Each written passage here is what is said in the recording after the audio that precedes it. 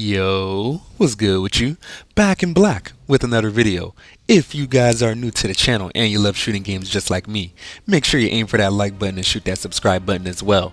Today, I got some enlisted news for you guys. Over the past week, they've released a couple of articles detailing new missions and locations that will be in the game. We have a brand new type of weapon that will be coming in the next battle pass, and they've been expanding the functionality of the cosmetics in the game, so basically we can customize our soldiers better. Let's get right into the news. Starting off with new missions and locations, the first map we're going to be getting is on the Tunisia campaign.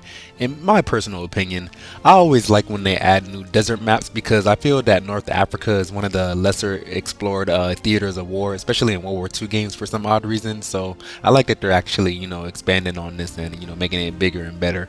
The map is called Kahif Cave, and I guess the gimmick of this map is that we're going to be fighting above ground as well as underground because this village location has little catacombs that obviously offer fortifications for enemy troops.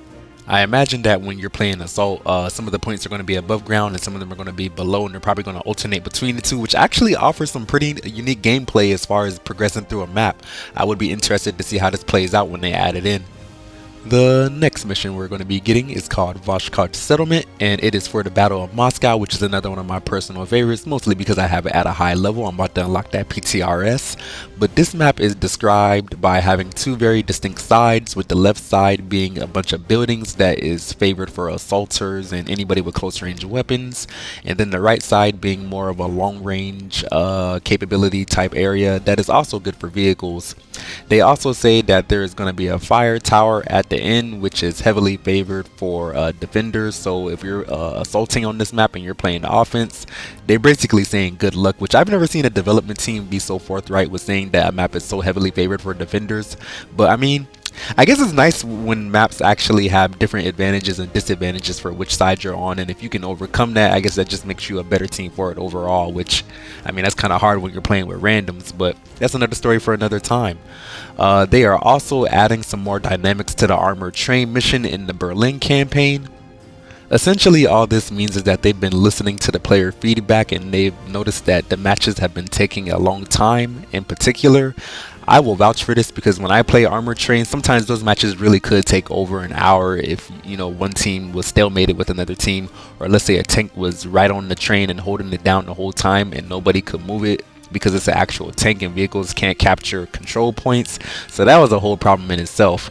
So yeah, essentially they've reduced the capture points from 6 to 3, which will cut down the time it takes to actually complete the mission. And I don't know how that's necessarily getting 2 missions in one, but I guess they're trying to market it in a way where we're like getting something. But I mean, it's quality of life, so I'm not going to complain. That being said, yeah, we don't have to worry about the armored train missions taking over an hour anymore, so that's good. So this time around in the battle pass, they're actually trying to give you some more incentive to purchase it, some good incentive I might add, by adding silence to weapons, which is something that is very rare in World War II. So I feel like the fact that they're putting it behind the battle pass actually gives you some really good reason to consider buying it, and I'm going to go ahead and show you which ones they have added so far, or they plan to add. First on the list is the Irma EMP with the silencer on it. This is a rare modification of the EMP submachine gun, so obviously you'll be using it for the access side.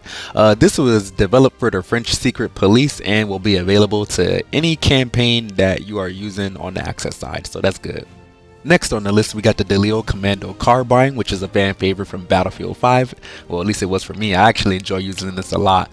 This is a compact pistol caliber carbine, which was used by the British military, mostly British commandos, and will be available to Allied soldiers in Tunisia only, which is kind of a bummer. I figured if you can use the EMP in any campaign, I don't know why you can't use the Commando Carbine in, well, I guess any campaign that has allies in it. I don't know, it's in the battle pass and you earned it. You should be able to use it with anybody. The last one that they wanted to show off was the Wellrod Mark II. This was a single fire manual reload action pistol developed by Great Britain in 1942 to arm to their intelligence services, and it will be available to Allied soldiers in Normandy. Uh, Honestly, if you've used this gun in any other game, you know it's kind of a piece of trash, and I would not recommend using it. But I mean, it's nice to have for some novelty, I suppose. All in all, there's going to be 8 different silenced weapons for each country in every campaign, but those were the 3 that they wanted to show off so far.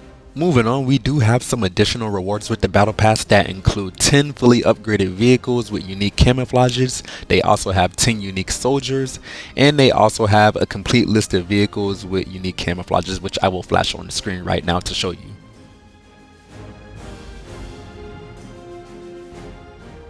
They also have a small little section about improving rewards overall. You know, when you first log into the game and you can do the little roulette freaking spin the machine thing.